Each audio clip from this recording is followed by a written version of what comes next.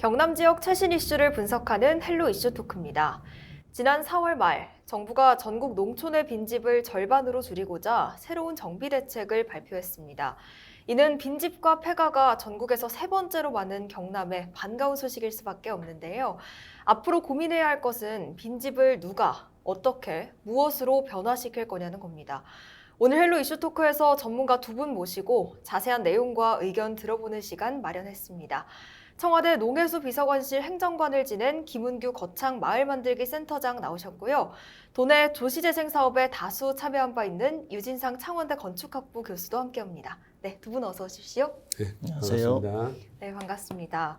오늘 도내 빈집 문제 이야기 나눠볼 텐데요. 최근 정부가 농촌 빈집을 대폭 줄이겠다라는 발표를 했습니다. 현재 인구 유출과 감소로 빈집이 늘어나고 있기 때문에 이런 상황에서 희소식이 아닐까 싶은데요. 교수님 우선 이번 정부 발표 내용 한번 짚어주시죠. 네, 농림축산식품부에서 정책을 발표했습니다. 그 농촌 빈집 정비 활성화 대책인데요. 네. 현재 6만 6천 세대 정도 되는 전국에 있는 이제 농촌 빈집을 2027년까지 절반 수준으로 줄이겠다는 거고요. 그러면서 그 줄이기 위해서 빈집 거래 활성화를 위한 온라인 플랫폼도 이제 새로 구축하겠다. 이전에도 플랫폼들이 많이 있었는데 정보가 업데이트가 안 되고 네. 디테일하게 안 돼 있어서 실용성이 좀 떨어졌거든요. 네. 그리고 지방자치단체는 5년 단위로 중장기 계획을 설정하고 빈집 정비 전략적으로 추진한다 이렇게 했고요. 네. 곧 바로 6월부터 민간 합동 빈집 재생 프로젝트를 이제 시행을 하는데요. 빈집 소유자하고 정부, 기업 이렇게 함께 이제 개보수해서 귀농 귀촌인들에게 준다거나 아니면 어린이 네. 청소년 공간 또는 마을 호텔 등으로 조성을 합니다.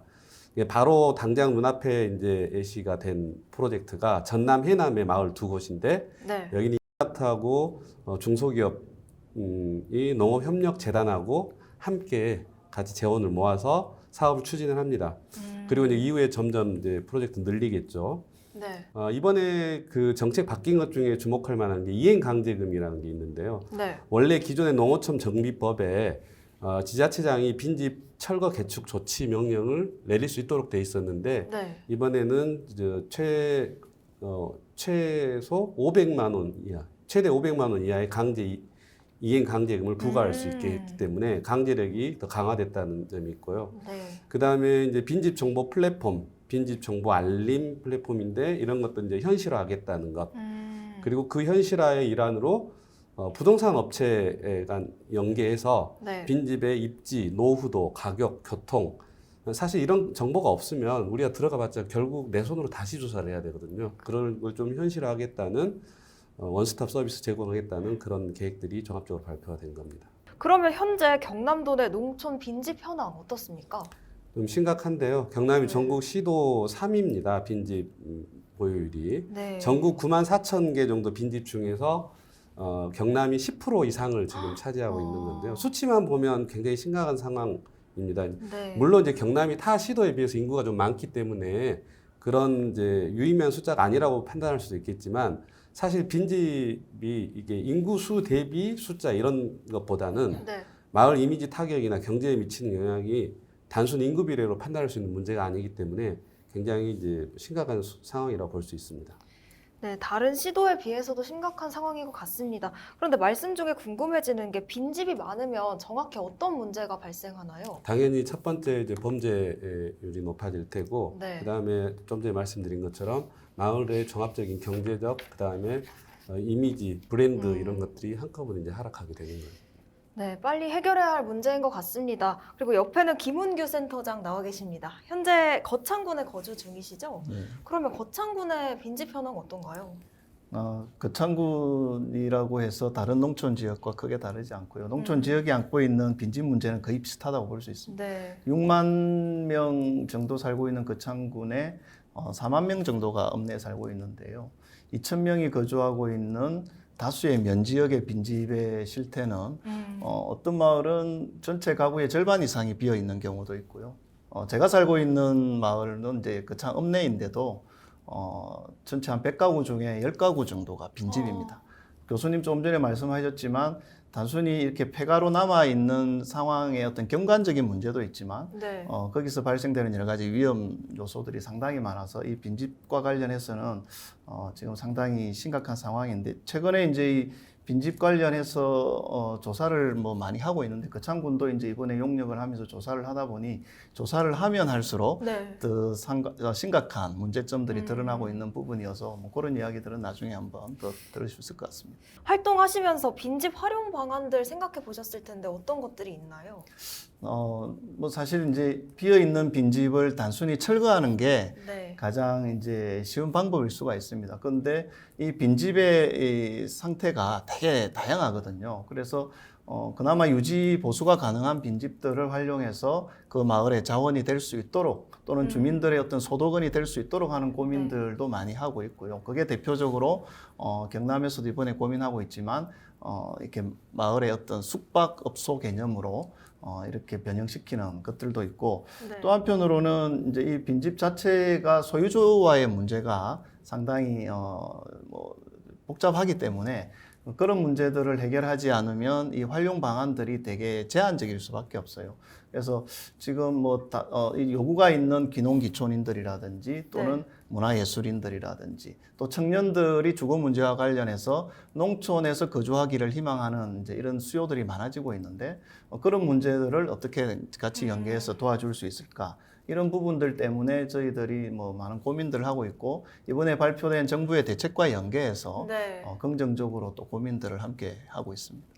네, 말씀 방금 하셨지만 이렇게 다양한 방면으로 고민을 해 오시다가 이제 최근에 정부의 발표가 나왔잖아요. 좀 반가우셨나요? 일단 가장 저도 이제 반가운 거는 기존의 이 소유주와의 어떤 관계 문제 때문에 아무리 위협적인 조건을 가지고 있는 빈집이라고 하더라도 네. 임의로 철거를 한다든지 지자체에서 그걸 핸들링을 할 수가 없었어요. 근데 이제는 직권으로 그 빈집과 관련해서 강제 철거를 할 수 있는 법을 개정하는 문제들도 고민을 하고 있고요. 네. 또한 기존의 이 농촌 정비법이라는 것이 실효성을 가질 수 없는 한계들이 많았습니다. 그래서 이번에 이런 발표와 동시에 다각적인 어떤 시도들을 지자체별로 지금 고민을 하고 있다고 보고 저희들도 이번에 이제 이런 법이 계획이 발표가 됨과 동시에 네. 그동안 하지 못했던 부분들을 어떻게 할 수 있을까? 또 한편으로는 거주하지 않는 이 빈집들의 소유주와 구체적인 어떤 접촉을 행정을 통해서 할 수 있는 어떤 길들을 마련하기 위해서 고민들을 시작했다고 볼 수 있습니다. 방금 전에 센터장님이 농촌 지역에 빈집이 많다는 건 어느 지역이나 다를 게 없다라고 하셨는데 또 지역 특성은 다르잖아요. 그래서 빈집마다 활용이나 정비 방안이 각각 다를 것 같은데요. 그러면 각 빈집의 색깔에 맞춰서 맞춤형 활용 방안을 생각해 보려면 어떻게 해야 합니까? 맞습니다. 그 기존의 빈집 활용이라든지 그 빈집 문제에 대한 그 해법을 찾지 못하고 표류했던 것들이 대부분 방금 그 문제인데요. 네. 천편일률적으로 정책을 적용하다 보니까 생긴 문제들입니다. 그러니까 정비할 건지 철거할 건지 정비도 어떻게 할 건지에 대한 굉장히 디테일한 가이드라인들이 있어야 되고요. 특히나 행정에서 하향식으로 우리 일괄적으로 깨끗하게 정비해 줄게 자 오셔서 네. 이거 합시다 하는 하향식 판단은 절대 금물이고요. 제일 중요한 건 지역 현안 잘 아는 단체나 연구진에서 조사부터 정밀하게 시작해야 되고 그 정밀하게 조사된 것들을 정밀한 잣대에 맞춰서 색깔 있는 빈집들에 다 이렇게 맞춰줘야 정비가 가능하고요. 일례로 이제 농촌에 관광 오면 숙박이 되게 힘들잖아요. 요즘 농촌 그쵸. 체험하러 많이 가는데. 네. 근데 막연하게 농촌 체험하러 가면 숙박이 이제 부족하다고만 생각하고 갔더니 사실은 체험할 게 없는 거예요. 아. 이제 이런 일들이 이제 발생을 하고 호텔이 있으면 당연히 관광객 모으기 좋죠.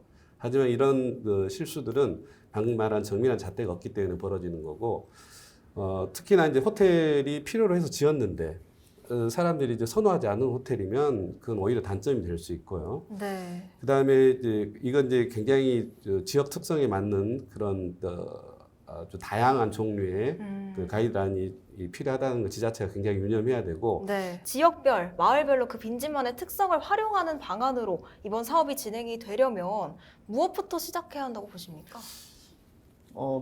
여튼 이제 법 개정도 준비하고 있고 네. 빈집에 대한 수요는 많아졌고 또 농촌은 이 빈집이 상당히 이제 문제화되어 있는 영역이기 때문에 저는 이제 이런 생각을 했어요. 빈집과 관련해서 이러면 이제 행정이 이제는 전담 부서를 만들 때가 되지 않았나? 근데 이게 이제 외국은 이미 그런 사례가 많고요. 네. 서울을 포함한 수도권 쪽은 빈집 문제가 워낙 심각하니까 이런 문제들을 사실은 이제 수면 위에 올렸다고 볼 수 있는데 농촌은 이제 조금 차이는 있었어요.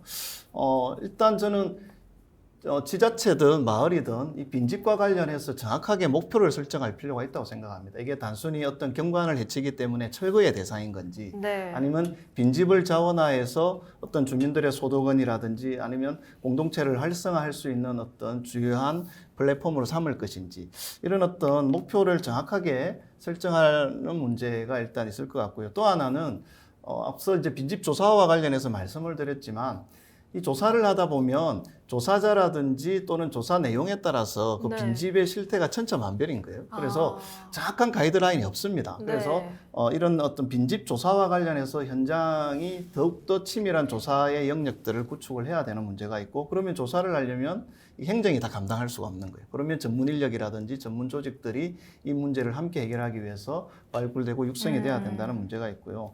우리나라 사람들은 사실 새 집이든 빈집이든 어떤 형태로도 소유하는 걸 좋아해요. 이게 네. 빈집이라도 이걸 놓치지 않습니다. 가지고는 있는데 활용할 수 없을 때 그러면 이 문제를 어떻게 해결할 거냐는 결국은 지자체가 행정이 이 빈집 소유자와의 관계 문제를 풀 수밖에 없습니다. 어떤 형태로든 그 문제가 해결하지 않으면 이 빈집 문제의 난관은 계속 생길 수밖에 없을 것이다. 그렇게 생각을 합니다.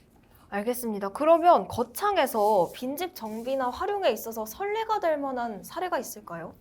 저희들도 이제 그런 고민들은 하고 있는데 아직 구체적으로 그런 사례들이 많지 않아요. 예를 들면 폐교를 활성화해서 주민들에게 필요한 공간으로 만드는 또는 폐창고라든지 이런 유휴 공간들은 그래도 이게 개인의 소유가 아니었기 때문에 활용도가 사실 많았고 또 한편으로는 동의가 쉽게 되었던 부분인데 네. 이 빈집과 관련해서 그런 활용도가 이렇게 높은 사례가 없어요. 근데 최근에 이제 귀농귀촌 하신 분들이 다양한 컨텐츠를 가지고 농촌 오지 마을에 작은 책방을 연다든지 또 한편으로는 작지만 농촌에 어울릴 만한 마을에 어울릴 만한 작은 숙소 게스트하우스들을 만든다든지 또 주민들의 여러 가지 소통을 도모할 수 있는 공동체 공간을 만들기도 해요. 아직까지 우리 지역에서 경남에서 빈집 사례가 이겁니다라고 자신 있게 얘기할 수 있는 게 교수님 말씀하셨던 그런 내용과 동시에 여러 가지가 더 앞으로 생기지 않을까 기대를 하고 있습니다. 네, 그러면 지금까지 이야기해보니 이 빈집 정비 사업이 정부와 지자체에서 진행되는 큰 사업인 만큼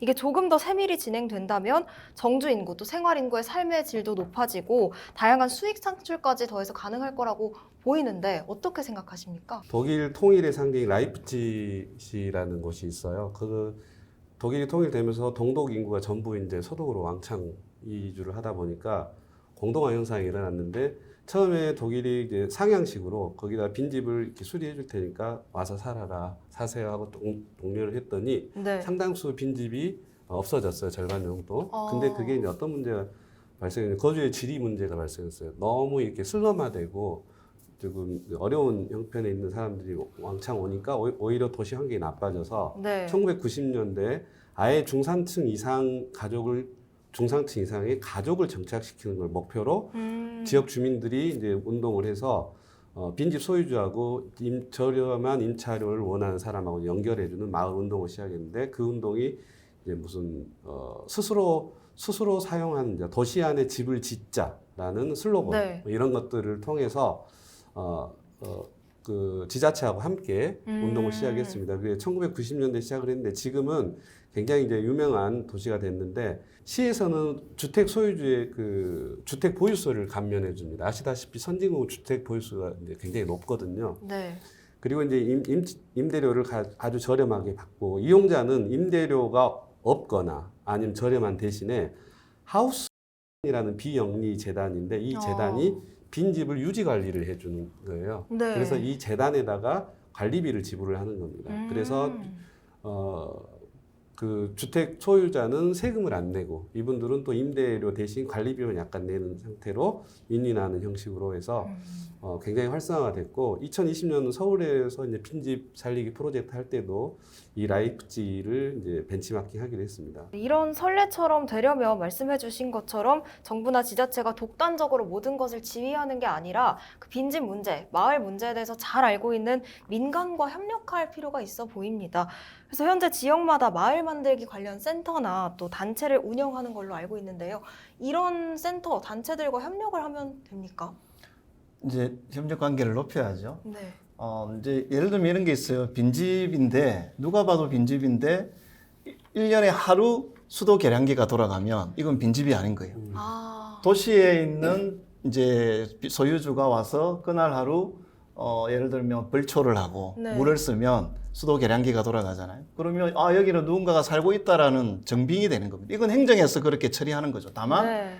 문제는 이런 것과 관련한 세밀한 어떤 조사라든지 범위들을 설정하는 것은 현장 조직이 해야 되고요. 또 현장이 이런 어떤 다양한 빈집 또는 마을 또는 정주하고 있는 주민들과의 소통을 통해서 네. 이런 문제를 어떻게 해결할 거냐를 지속적으로 고민해야 되고 행정이 빈집 전담 부서를 만든다고 하더라도 이것들을 수행할 수 있을 만한 조사 또는 어떤 그 실행 조직들은 중간 지원 조직이라든지 이런 센터들의 역할이 중요할 것 같고 빈집 네. 정보센터 같은 것들도 거기에 데이터를 축적하려면 현장 조직이나 이 현장의 활동가들이 그 역할을 감당을 하지 않으면 이제 행정의 한계는 분명히 있을 것 같아요. 이번 사업에서는 농촌의 이 빈집이 처리해야 할 대상이 아니라 오히려 마을의 색을 더 짙게 해줄 수 있는 그런 하나의 콘텐츠가 될 수 있다. 이걸 알리고 실천하는 게 중요할 것 같은데요.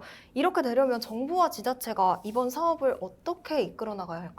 네, 제가 서두에 2027년까지 빈집을 절반으로 줄이겠다고 정부가 목표를 잡았다고 그러는데 네. 목표는 좋지만 목표 지상주의가 돼서는 절대 안 된다. 근데 정량주의를 좀 경계를 했으면 좋겠고 네. 양보다는 처음에 잘된 선도 모델을 좀 돈이 들더라도 제공해 주면 이후에 이제 자발적으로 동참했을 때 훨씬 더 효과가 크거든요. 네. 그다음에 철거 기준이나 정비 기준에 대한 정확한 정보하고 홍보가 필요합니다. 당신 집은 철거할 수 있다 없다에 대한 그런 것들이 지금 너무 저조차도 헷갈리거든요. 네. 그런 홍보가 좀 부족하고요. 특히 이제 장소적 중요성을 가진 곳, 이게 건물은 철거해서 없애더라도 이 장소는 마을 어르신 또는 어떤 욕쟁이 할머니가 살았다든지 이런 대한 스토리에 대한 그런 것들을 중요성을 환기시켜서 그것들을 실물 자원으로 복원해주는 그런 작업들 동시에 필요한 스토리텔링이죠, 일종의. 네.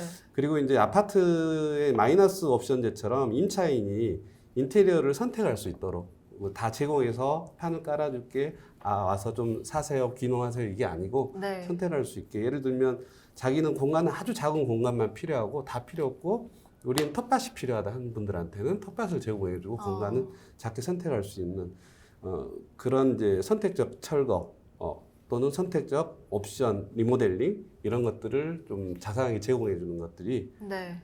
성공의 키가 아닌가 생각합니다. 네, 이제 농촌 빈집 정비 사업의 큰 틀은 나왔습니다. 하지만 세부적인 내용은 이제부터 지자체의 몫인데요.